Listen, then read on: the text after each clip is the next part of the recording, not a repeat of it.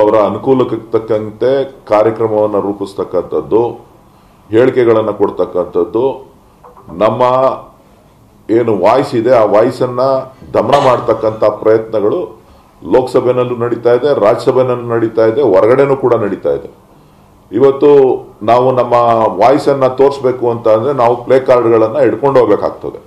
So play ಕಾರ್ಡನ್ನು ಹಿಡ್ಕೊಂಡು ಹೋದಂಥ ಸಂದರ್ಭದಲ್ಲಿ ನಮ್ಮನ್ನ ವೆಲ್ಗೆ ಬರಬೇಡಿ ಅಂತಕ್ಕಂಥ ಒಂದು ನಿರ್ಣಯವನ್ನು ತೆಗೆದುಕೊಂಡು ನಮ್ಮ ಎಲ್ಲ ಸದಸ್ಯರುಗಳನ್ನ ಇವತ್ತು ಹೊರ ಹಾಕ್ತಕ್ಕಂಥದ್ದು. ಇವತ್ತು ಹಿಂದಿನಿಂದನೂ ಕೂಡ ಸುಮಾರು ಸ್ವತಂತ್ರ ಬಂದು ನಮಗೆ 75 ವರ್ಷಗಳ ಪ್ರಜಾಪ್ರಭುತ್ವ ವ್ಯವಸ್ಥೆಯನ್ನು ನಾವು ನೋಡ್ಕೊಂಡು ಬಂದಿದ್ದೇವೆ. ಭಾರತೀಯ ಜನತಾ ಪಕ್ಷದವರು ವಾಜಪೇಯಿ ಅಂತ ನಾಯಕರು, ಅಡ್ವಾಣಿ ಅಂತ ನಾಯಕರು, ರಾಜನಾಥ್ ಸಿಂಗ್ ಅಂತವರು, ಸುಷ್ಮಾ ಸ್ವರಾಜ್ ಅಂತವರು ಕೂಡ ವೆಲ್ನಲ್ಲಿ ಬಂದು ಹೋರಾಟವನ್ನ, ಪ್ರತಿಭಟನೆಯನ್ನ ಪ್ರತಿಯೊಂದು ಹಂತದಲ್ಲೂ ಕೂಡ ಮಾಡಿದ್ದಾರೆ.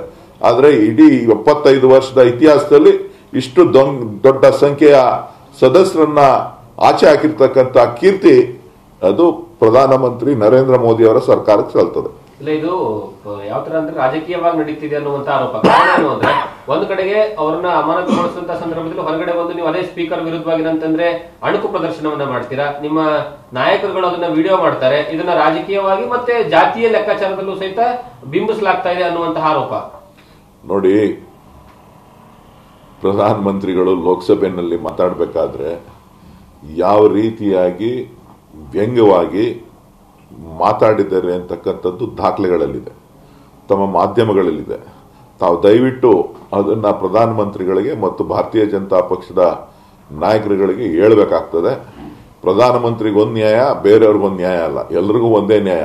ಯಾವ ರೀತಿ ಇವರು ಮೇಜ್ ಕುಟ್ಟಿ ನಮ್ಮ ನಾಯಕರುಗಳನ್ನು ಆಡ್ಕೊಳ್ಬೇಕಾದ್ರೆ, ವ್ಯಂಗ್ಯವನ್ನು ವ್ಯಕ್ತಪಡಿಸಬೇಕಾದ್ರೆ ಯಾವ ರೀತಿಯಾದಂಥ ಸಂತೋಷವನ್ನು ವ್ಯಕ್ತಪಡಿಸಿದ್ದಾರೆ ಇಡೀ ಸದನದ ಭಾರತೀಯ ಜನತಾ ಪಕ್ಷದ ಸದಸ್ಯರು, ಯಾವ ರೀತಿ ಹೇಳಿಕೆಗಳನ್ನು ಕೊಟ್ಟಿದ್ದಾರೆ ಅಂತಕ್ಕಂಥದ್ದನ್ನು ನಾವೆಲ್ಲರೂ ಕೂಡ ನೋಡಿದ್ದೇವೆ, ಕಣ್ಣಾರ ನೋಡಿದ್ದೇವೆ. ಸೊ ಇವತ್ತು ಪ್ರಜಾಪ್ರಭುತ್ವ ವ್ಯವಸ್ಥೆಯಲ್ಲಿ ಮಾತನಾಡ್ತಕ್ಕಂಥದ್ದಕ್ಕೆ ನಮಗೆ ಸ್ವತಂತ್ರ ಇದೆ, ಹಕ್ಕಿದೆ, ಅದನ್ನ ಮಾಡಿದ್ದಾರೆ.